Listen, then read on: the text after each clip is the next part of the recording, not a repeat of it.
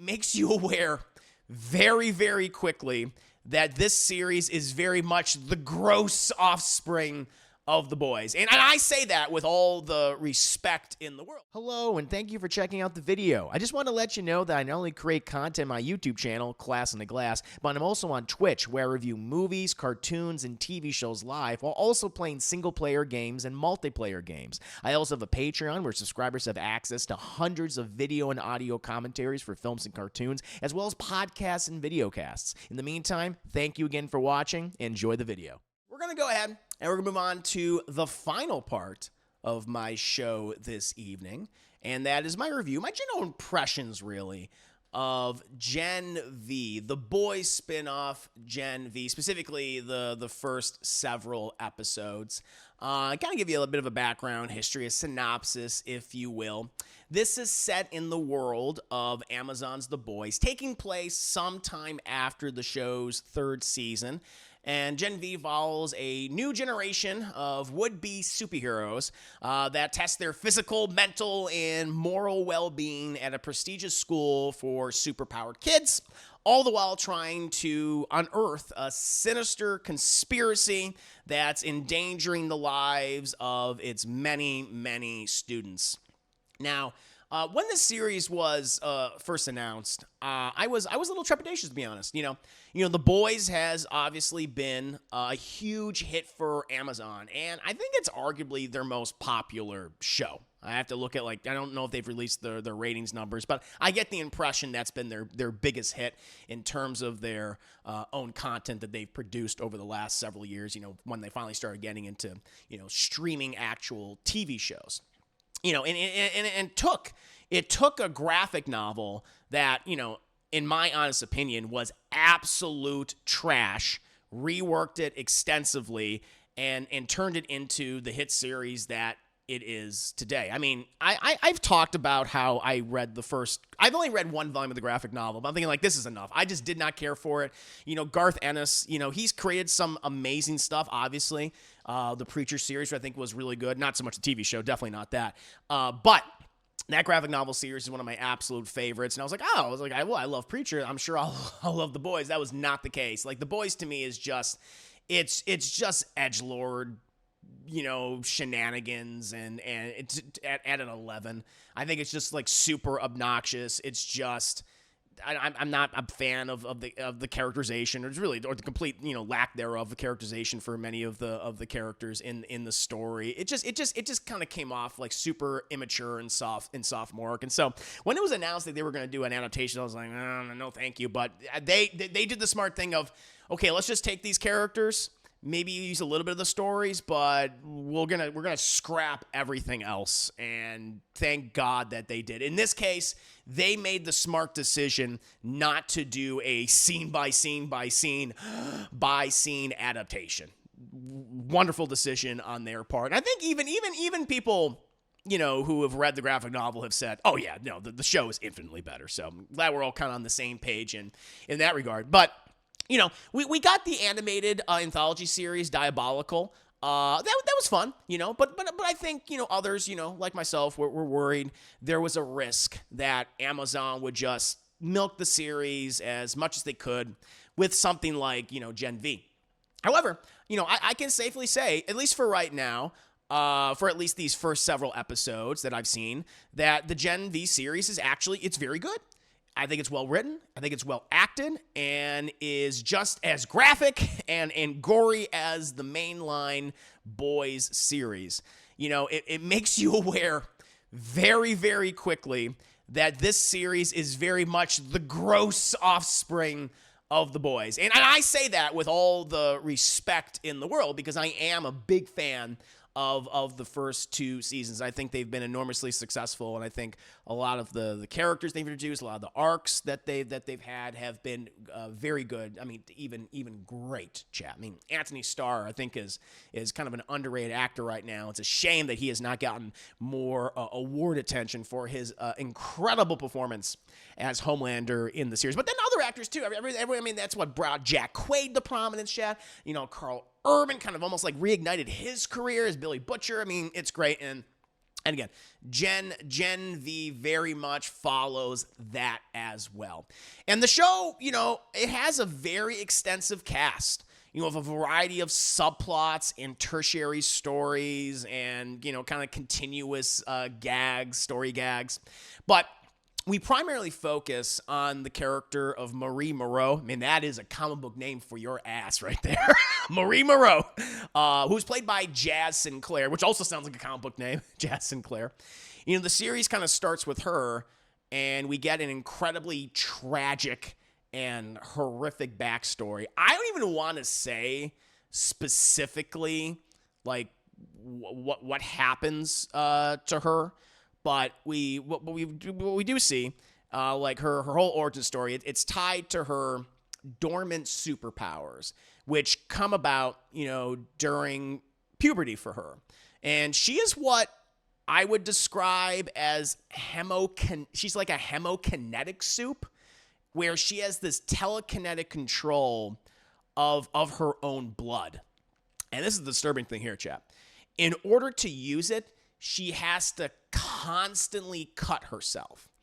And she can pretty much weaponize her own blood. It's like liquefied, and she can shoot off, and she uses like a whip, and, and it can just hit people, and it can explode people. She can do that in magic. She can harden it, chat, and turn into spikes, and, it's like, wow. Pretty much it's blood bending. It's an even more graphic version of blood bending from Avatar: The Last Airbender, which is used by a number of characters on that show. Everyone from, Hama to Katara to Amon, right, from Legend of Korra. But, like, what if we made it, like, even graphic and more disturbing, right? Weaponizing one's own blood. And that's the thing. It's a very disturbing and gross power.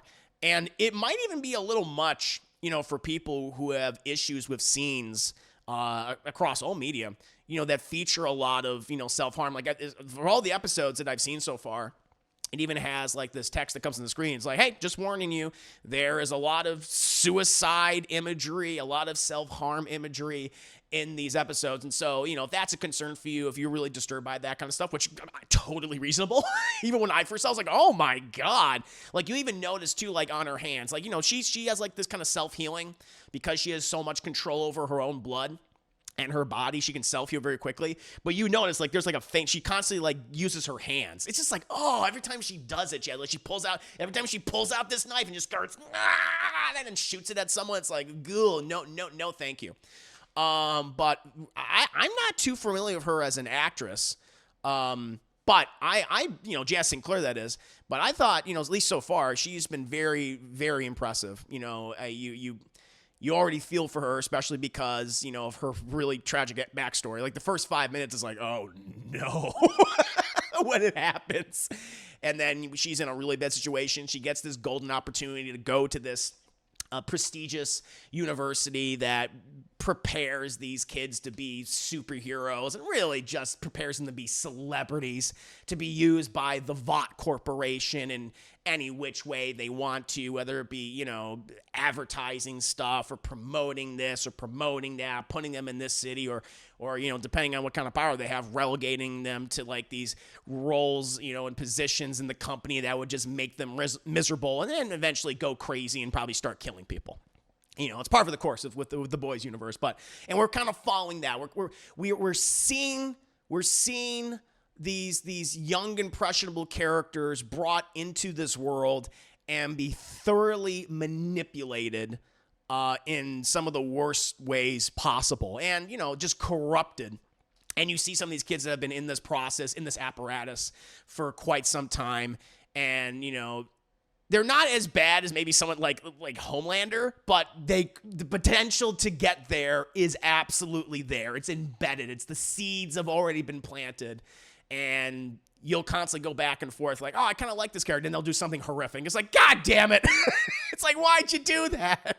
You're actually seeming like really nice. I mean, it's the kind of show where you're like, oh, maybe this will be a good relationship. Maybe this will be kind of healthy, and they'll be able to work through this together and get out of there. It's like, no, and something awful will happen, chat. And it might not even involve the superpowers. It's just like, characters is backstabbing, each other. That's the thing too. Obviously, yes, it is focused on Maria Moreau, who's, kind of our guide through this, adolescent boys universe, this side story. But I think we have a number of other great characters. One of the first ones that's introduced is a character called Golden Boy, and he's very much the golden boy of this university, chat. Like, he is they have this whole ranking system for the university they go to about, who's the most successful, which I'm sure, that won't have a really bad, impressionable impact on other students. I'm sure that won't, drive people crazy and to do horrible things, right? So it's all set up there, chat. Like, this entire apparatus, it's a powder keg waiting to go off any minute, and it goes off. It definitely goes off within the first episode. But we're introduced to the character of Golden Boy, and I was watching this guy, and he's great. I was like, wow, I've never, it's so weird because I'm watching this actor. I'm like, I've never seen him before, I think, but I'm like, he looks so familiar. He looks so familiar. And he kind of starts out where he's not, even though he's called like Golden Boy, you expect him to just be the biggest jerk in the world, just completely obnoxious, just full of himself. And I kind of like that. In the first episode, we're introduced to him again via, Moreau's character, where he's actually kind of nice and he's giving good advice, and he's definitely indulging in the bad aspects of the superhero community that's been cultivated by Vought all this time. But he's not like so horrible that I'm like, oh, just get rid of this guy, right? It's like, no, he does have a sense of morality. He does have a sense of loyalty, to his friends. And there's a whole thing with him in the show where, okay, something is clearly bothering him, and it's connected to this overall conspiracy with the university because they're obviously doing very bad things. But I was like, who is this guy? And then I saw in the credits he was listed Patrick Schwarzenegger. I was like, oh, and I realized, like, yes. Well, first of all, he's the son of Arnold Schwarzenegger, chap.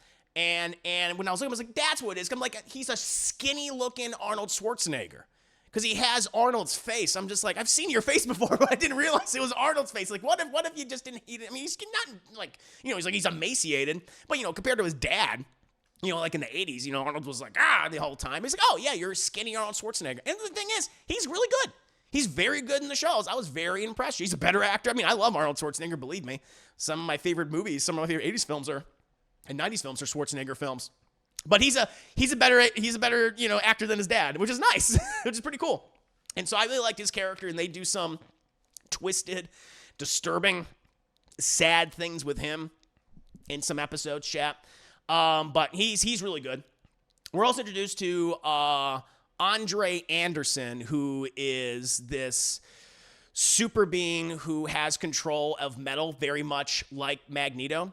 And he's played by Chance Perdomo in the series. And he is like a legacy soup where his dad was also a metal-controlling superhero, I believe, called Polarity. I think he's called Polarity. And, he is very, very, very close friends with Patrick Schwarzenegger's Golden Boys. Like, they constantly say, like, I love you, man. I love you. It's like, I expected them, in some episodes just to start making out with each other, right? Based on how much they say that they love each other. But you get, like, a brotherly bond. You get that they're a pretty, tight-knit group. And I was also just very interested to see, like, okay, because, we've seen superpowers in common superpowers like super strength and super speed and, X-ray vision and heat vision in the boys before. And so I was kind of curious. I was like, oh, how are they going to use like magnetism because I'm thinking I can think of a lot of disturbing things they can do with magnetism in the boys. And yes, there is some really disturbing, horrifying things that they do with his abilities, his powers. Some clever things too. Some really clever things too, which I really like. Things that you can almost imagine like Magneto would most certainly do, like in the X-Men films, but they can't because, they got to be PG-13 rating. Well, it's like well, we have an R rating, if not above, NC-17, so we can do some more disturbing stuff. And I imagine they'll continue to do more disturbing stuff with his power set moving forward. But I was like, oh, shit. That's the thing about the show, too. It's like they'll create a scene. They're so good at this. And it's in the first 5 minutes of this show, they'll totally put you at ease. It'll be like almost like anytime, this is the warning though, anytime there's like a really wholesome, nice scene, right?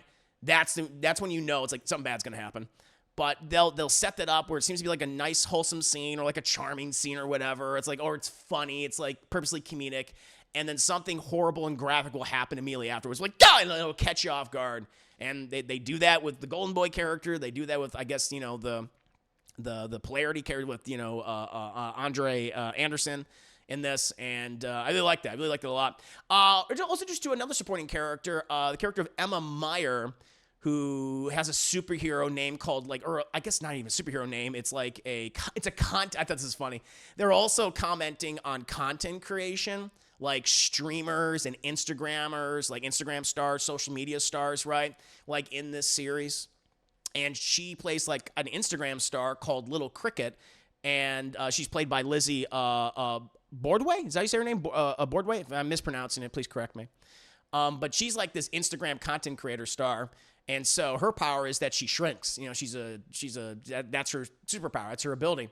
And so, like, how we're first introduced to her is, like, she's kind of, like, boxing, like, one of her, like, you know, play boxing her, like, gerbil. And she puts up all these funny videos of herself on her Instagram. She's all these millions of followers. She's actually, you know, she starts out, again, they trick you. She starts out as this kind of fun, comedic, bubbly character, right? Who probably, like, drinks a little too much, obviously. Like, oh, kind of like this. Like, oh, I have a new roommate. Yay, let's drink vodka. Let's do shots. Like, she's kind of like that. But like everybody else, they introduce a very, yes, interesting, but also really sad and disturbing aspect to her superpowers, to her abilities. It's like, oh, man, that's really rough. Again, it also just kind of makes you think like, oh, yeah, I guess you would have to do that specific thing in order to, like, shrink the whole time. And again, I don't even want to say what it is, but how they handle it, I thought was, like, really interesting, really cool, but again, disturbing. I was like, oh, damn. You know, and I like what they're doing with her character. She has a rough few episodes, chat. She has some very graphic sexual episodes. There's also a lot of sex. Let me go ahead and say that right now, chat. I mean, The Boys has always been known for its nudity. Yeah, there's dick. There's a lot of dick in this series, chat. No female nudity, at least not. No, there is. No, there's female nudity. There is. But we also see a lot of dick. And, you know, it's kind of we're still always kind of taken aback because, you know, for so long, chat, for so many films throughout the decades, you know, there's always been like an emphasis on female nudity, kind of make, ooh, it's like cool and sexy, right? But there's always been kind of like a concerted effort, like, not to have male nudity, or when there is male nudity, it's like, oh, you know, it's always gross. And it's much the case here. It's gross. It's not great. You know, I'm sorry, chat. Penises, I'm just like, they're gross. Just gross looking. They make a lot of the penises in this, whether they're giant, whether they're on fire, they're just gross looking. So it's not my thing. But, you know, they have that in this episode. And all I'll say is that, you know, the Emma Meyer Little Cricket character is involved with a penis at one point in the show. You also have a really interesting performance in this. And a cool concept here. You have a single character played by two different people. The character's name, I believe, is Jordan. I think their name is Jordan Lee. And they're played by London Thor and Derek Liu. And this character is described as a gender shifter, where they can shift into a boy or a girl, right? Male or female. And the female, the feminine, I guess, form, like, is capable of projecting different types of energy blasts, while the more masculine form has, like, super strength and durability. I really like that character. First, I was like, oh, what's going on here? And so it's very much, you know, like, okay, we're commenting on, you know, trans characters in media and obviously in real life. And so far, I kind of like how they're handling their specific, you know, plot line, because then we also, like, just have this like bias towards them in, like, in a negative way, where, you know, Vought Corporation's like, well, how can we sell this person? You know, half the country, you know, despises, you know, transgendered individuals, right? And so that's brought into here. So there's a lot of, you know, The Boys, I mean, some people are going to be upset. It's like sociopolitical commentary. Yeah, comic book movies have had sociopolitical commentary forever, you know, for a very long time. I literally, a couple weeks ago, just got done talking about The Watchmen, one of the most, you know, sociopolitical comics of all time. Right, that's the whole point, is indulging in culture and politics and commenting on it, right? And so they commented on in here, but even the actors, I think they both do a terrific job, and they're not exploitive with it. Because I think maybe some people, like, people in the trans community or would be, like, all right, I don't want to be just exploited, for the sake of a show. And I don't feel like it's exploitive, at least of what I've seen so far. I think how they're handling has been quite good. I think the performance for the characters has been great so far by both actors. That's so cool too, because like even in a scene they'll switch. Like there's a fight scene involving the Jordan Lee character. And within this scene, like they're constantly switching back and forth, and they're super clever too with the budget, because it's just a quick edit. Like, they'll be punched and then they'll be, thrown a frame and they'll run back, and then it'll be either the female version or the male version. I was like, oh, okay, that's really cool. And so, or they'll just like cut to the other actor and they'll cut back, and it's either the male or female version. And so you're never going to see like a transformation scene, because maybe the CGI one. I mean, the CGI looks great in the show. I mean, this is an expensive TV series. There's no doubt about it. And I think all the CGI so far has been great. There's a lot of practical effects too. A lot of practical effects, a lot of blood, a lot of gore, obviously. But like how they handled this character so far, I was pretty impressed with. I really enjoyed it, actually. And again, you have a ton of other people in this. Clancy Brown's in the show, who, as Clancy Brown's been a part of many comic book productions before chat adaptations. Famously, he is the voice of Lex Luthor, or is the voice of Lex Luthor in the Superman the animated series, and in the DCAU and Justice League, and does a terrific job. He's here. He plays a very well-known professor called Brinkerhoff, and like he has all these star students. Like Golden Boy, for instance, that's very much his Golden Boy. But then, again, he's like everyone in this show you constantly go back and forth with, because it's like, oh, this seems like a good person, and they'll do something like incredibly scummy and shitty. And it's much the case for him. But like even I love like his scenes with the Jordan Lee character, which you would almost expect, which is the trans character in the show. You don't expect like he wouldn't understand, or he'd be like, dismissive of them or something. But you see like how he has like a special connection to certain students, and he doesn't really care that person is trans. Like, I don't give a shit. I think you're awesome. So that's interesting. But then he'll do something horrible later on to someone else, and it's like, man. And so you're getting whiplash, but I think in a good way. I think in a good way, because you're constantly changing your opinions on all these people. And it's just kind of revealed that it's like, oh wow, everyone in this show is so morally complicated. Sometimes they're reprehensible. Sometimes they're great. They're just flawed. They're just really flawed people. And so I wouldn't be surprised if there's, because I haven't seen what the reviews have been for the show at all. I don't know what people have been saying. I know people like the first 3 seasons of The Boys, obviously.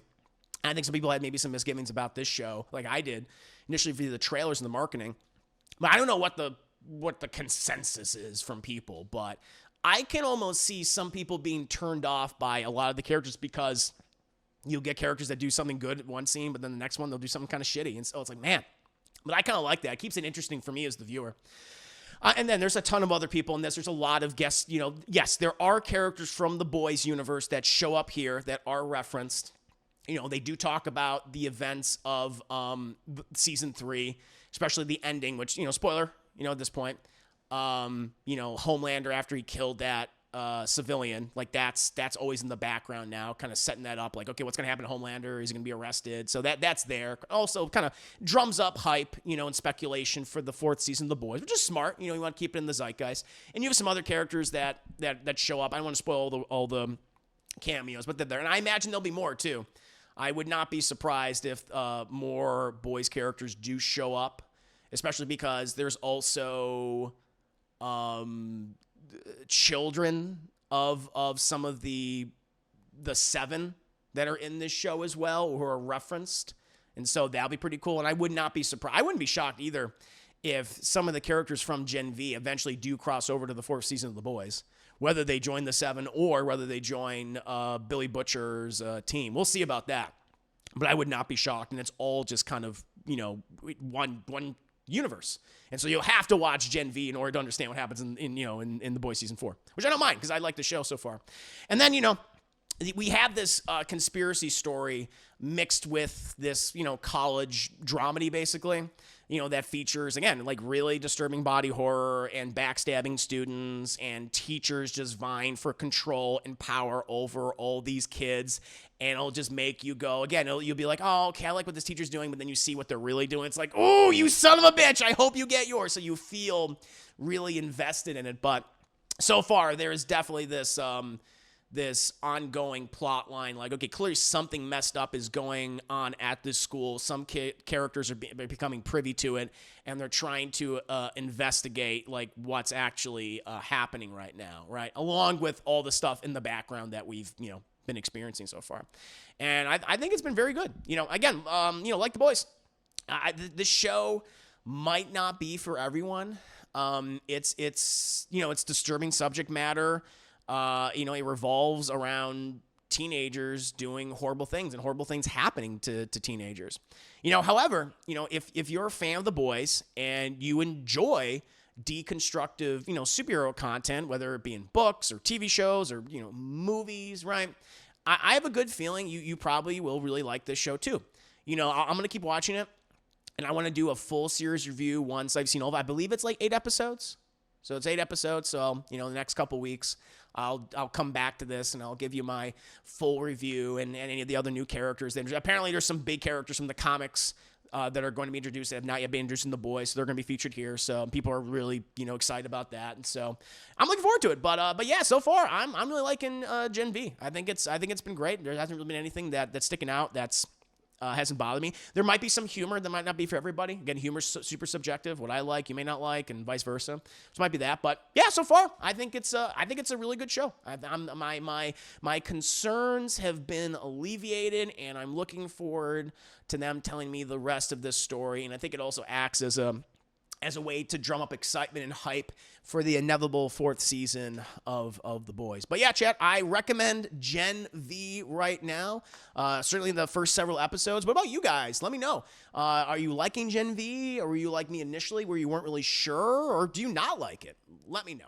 I hope everyone enjoyed the video, and I want to take the time to tell you about my Patreon, Class in the Glass, which offers hundreds of film commentaries and video reactions to numerous movies, TV shows, and cartoons. If you're a fan of shows like Batman the Animated Series and Avatar: The Last Airbender, or films like Aliens and Raiders of the Lost Ark, my Patreon is the platform for you. Currently, I'm doing a subathon to reach 75 subs on the platform. If we hit 75 subs, we'll be able to start voting on the next edited YouTube reaction, which will include actual clips and scenes from the movies and shows I comment over. Choose from such films as Fire and Ice, Masters of the Universe, Mighty Morphin Power Rangers the movie, Mortal Kombat Annihilation, or Spawn. Subscribing at any tier level is appreciated, and feel free to give feedback at any time.